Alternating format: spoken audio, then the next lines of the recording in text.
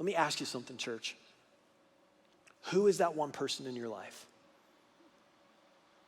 I want you to put a name on it right now.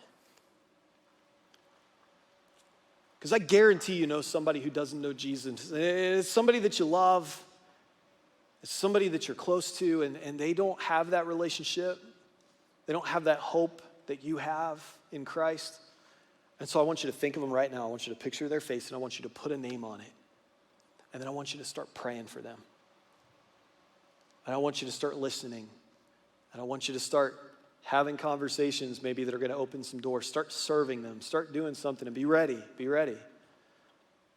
Because God will honor that, and he'll open a door. And when he does, you got to be ready to do something with that. But who is your one? We said 8 or 9 years ago something really powerful. It was just like a passing comment in a sermon that I think some people didn't really even think much of at the time, but it was so profound, it stuck with me all these years. You know, we said, so like the church had been through some difficult times. Years and years and years ago, there were a whole lot of people here, and then here we were 8 or 9 years ago, and there weren't a whole lot of people left. But we said this, we said, we believe that First Christian Church is a church that is largely made up of people that aren't even here yet. And I want to tell you something. I look at our city, and I see thousands and thousands of people who don't know Jesus, and I have to say, I still believe that's true.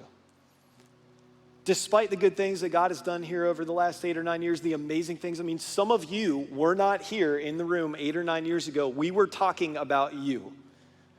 We didn't know you, you didn't know us, but we knew you were supposed to be a part of this place, this family. And now here you are because somebody started to pray for you that day. And they started to love you that day, and they started to serve you that day, or they started to listen that day. That was the day that something changed, and now here you are 8 or 9 years later, and you have hope in Jesus that you didn't have at that point, but it's because somebody heard that and they thought, I know who my one is.